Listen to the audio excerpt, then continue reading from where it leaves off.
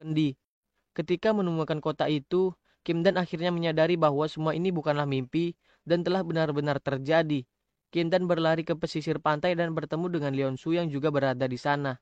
본 거야, 무지개를. 나한테 걔를 위해서 얼른 죽고 싶지 않았어.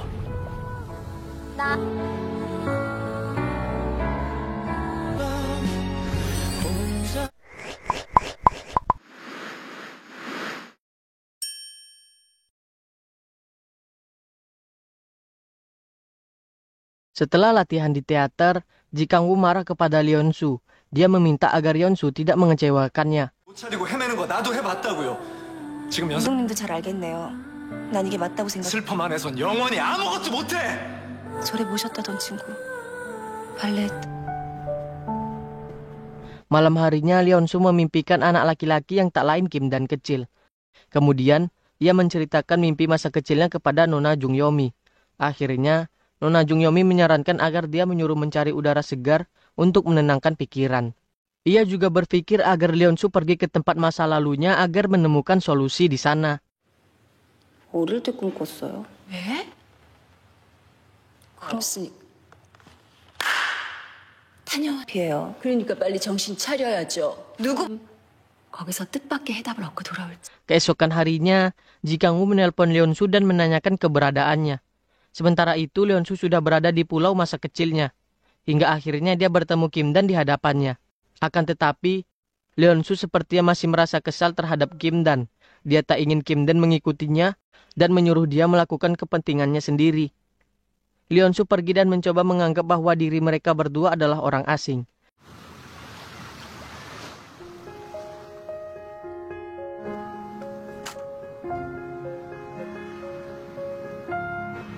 여긴 왜 있어? 뭘 찾으러 왔는데, 그니까 그걸 알게 됐는데. 무슨 말이야, 그게? 뭐냐면 됐어. 설명 안 해도 돼. 너는 기도든 뭐든 네 할 일 해. 오지 말란다고 진짜 아마? 모르는 사람이야. Leonsu menemui seorang wanita tua yang menanyakan rumah berpagar biru dan seorang anak laki-laki. Kemudian Leonsu juga menceritakan kilas balik tentang masa lalu dia bersama anak laki-laki itu yang bernama Sung-woo. Dan mereka menghabiskan waktu bersama-sama. 여기 파란 대문집 혹시 예전에 예전에 여기 한번 왔었고 있어요. 자세히 얘기를 해봐요. 처음 봤어요. 그러다 끝에 서 있었어요.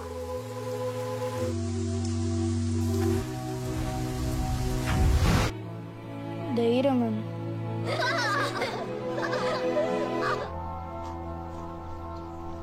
Akan tetapi, Leonsu harus menerima kenyataan pahit ketika para wanita itu menjelaskan bahwa anak tersebut sudah meninggal. Dan dahulu ayahnya sering memukulinya. Anak tersebut melompat ke laut. 아니야. 알을 그렇게 팼디야. 그래서? Sekarang, Kim Dan juga sudah merasa tidak punya tujuan. Dia berdiri di tebing, tempat dia bunuh diri waktu kecil, dan membayangkan masa lalunya. Namun sebenarnya, anak laki-laki itu berlari ketakutan dan bersembunyi dari kejaran ayahnya yang akan memukul dia. Nasib berkehendak lain, dia terjatuh dan tenggelam.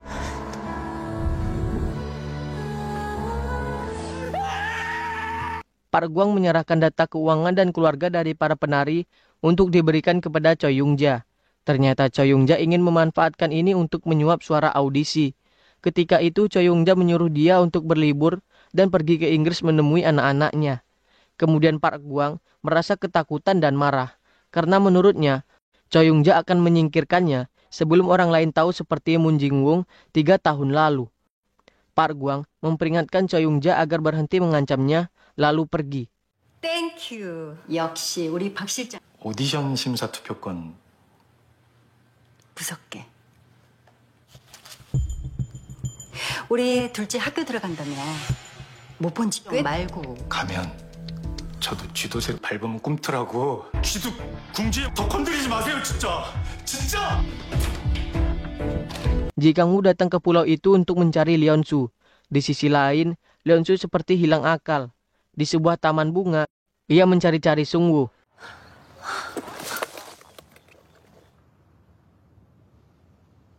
Lalu Kim Dan datang menghampirinya, lalu memeluk dia. Kim Dan menyuruh Leonsu agar tidak menyalahkan diri sendiri. 왜 몰랐을까? 시계 자라 있었던 것도 여기저기 멍투성이었다. 아니야. 꼭 어른이 되겠다. 어른 되는 게 당연한 건데 그걸 뭘 다짐.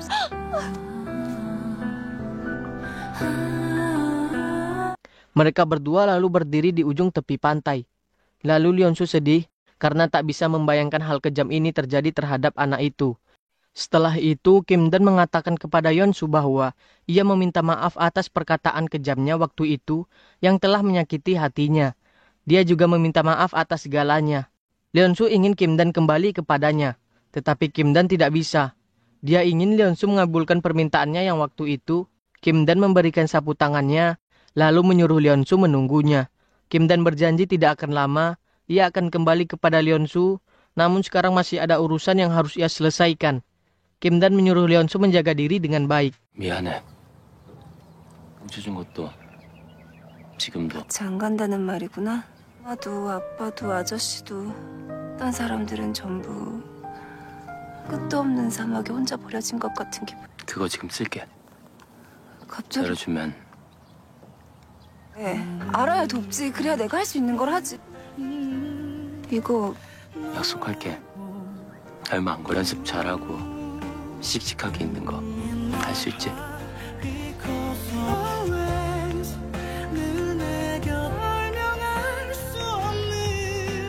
Direktur Ji Kang-woo melihat mereka. Setelah Kim Dan pergi, ia datang dan memeluk Leonsu begitu saja agar tidak menangisi orang seperti dia. Leonsu merasa marah dan berkata bahwa dirinya tidak nyaman jika Ji Kang-woo terus memperlakukan hal ini terhadapnya.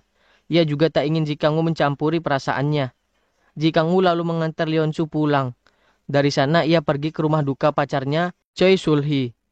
Sementara itu Kim Dan masih terdiam berdiri di atas tebing. Ia bertanya-tanya terhadap Tuhan apakah hal ini jawaban dari doanya. Akhirnya Kim Dan mencoba melompat ke dasar laut. 이게 기도의 응답이에요? 써요. 그럼 Keesokan harinya Nona Jung mengatakan kepada Leonsu bahwa ia menemukan sekretaris baru untuknya. Namun Leonsu menolak. Dengan senang ia menjawab bahwa Kim Dan akan segera kembali dan dia akan menunggunya. Sesampainya di tempat teater, Gemnina datang dan ingin berbicara berdua dengannya. Gemnina kesal terhadap sikap Leonsu. Dia juga mengira Leonsu dan Ji Kang-woo berpacaran. Menurutnya pernyataan Nina sangat konyol. Leonsu lalu bertanya balik terhadap Gemnina, apakah dia menyukai direktur Ji Kang-woo, namun dia tak mengakuinya. Ji Kang-woo datang dan Leonsu menyuruh Ji Kang-woo mengingat perkataan dia sebelumnya untuk bersikap profesional, memisahkan emosi dan pekerjaan. Malam harinya, Kim Kye-cheon mengajak putria Gemnina minum dan makan bersama. Choi Young-ja menyerahkan data dari para penari ke Gemruna. Mereka ingin mendapatkan suara mereka. Leonsu masih kepikiran tentang Kim Dan yang menyuruh dia menunggunya. Dia menanyakan hal ini kepada Nona Jung, namun mendapat jawaban yang membuatnya semakin gelisah. 님이 좀 더 경험도 많고 그러니까 유부남이에요? 아니요 후퇴가 없어요. 시간이 필요하다. 저게 증표잖아요. 받은 사람한테야 증표지. 아가씨, 그 남자 누군지 몰라? 나도 친구 있거든요. 사람 말을 안 믿고. Kim Dan berada di sanatorium. Dia ke kamar Yeo Jung Chul yang tak lain adalah tempat ayahnya. Di sana, ia melihatnya terbaring dan tak berdaya. Kim Dan mengatakan kepada pria yang sekarat itu bahwa dia adalah putranya. Namun pria itu mengatakan bahwa dia bersalah padanya dan meminta maaf. Lalu Kim Dan keluar dan ayahnya pun meninggal. 그때처럼 무자비하게 해보라고! 다시 이게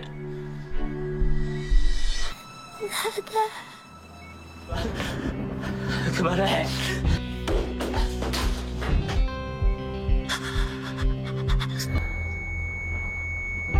Malaikat Hu datang menghampiri Kim Dan mereka berdua bicara. Kim Dan merasa marah dan menganggap permintaan maaf dia tak akan membuat perbedaan. Lalu senior Hu berkata bahwa pria itu sudah bekerja sukarela di tempat ini selama 13 tahun terakhir dan telah bertobat dari dosa-dosanya. Kim Dan memutuskan untuk mencari jawabannya sendiri kenapa Tuhan memperlakukan dia seperti ini, mengirimnya ke Leonsu dan membuatnya mengingat masa lalunya. Ji Kang-woo datang dan mengatakan Kim Dan adalah sosok malaikat yang gegabah. Dia juga menyuruhnya pergi dari hadapan Yeonsu. 이 괴상하고 징그러운 천상의 존재들. 지난번에 그래.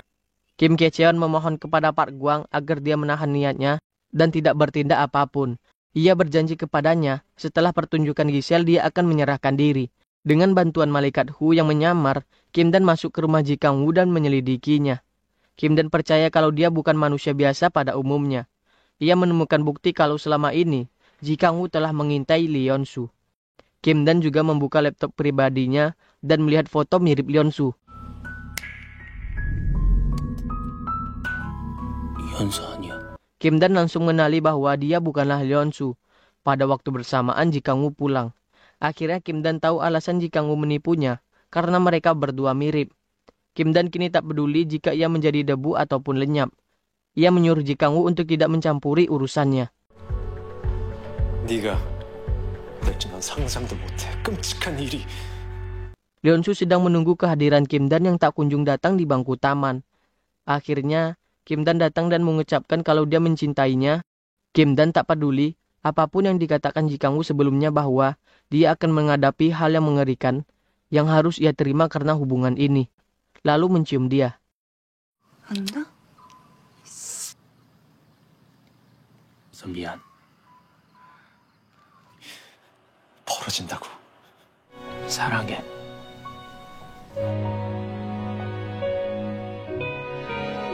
아련해지는 이 달빛 따라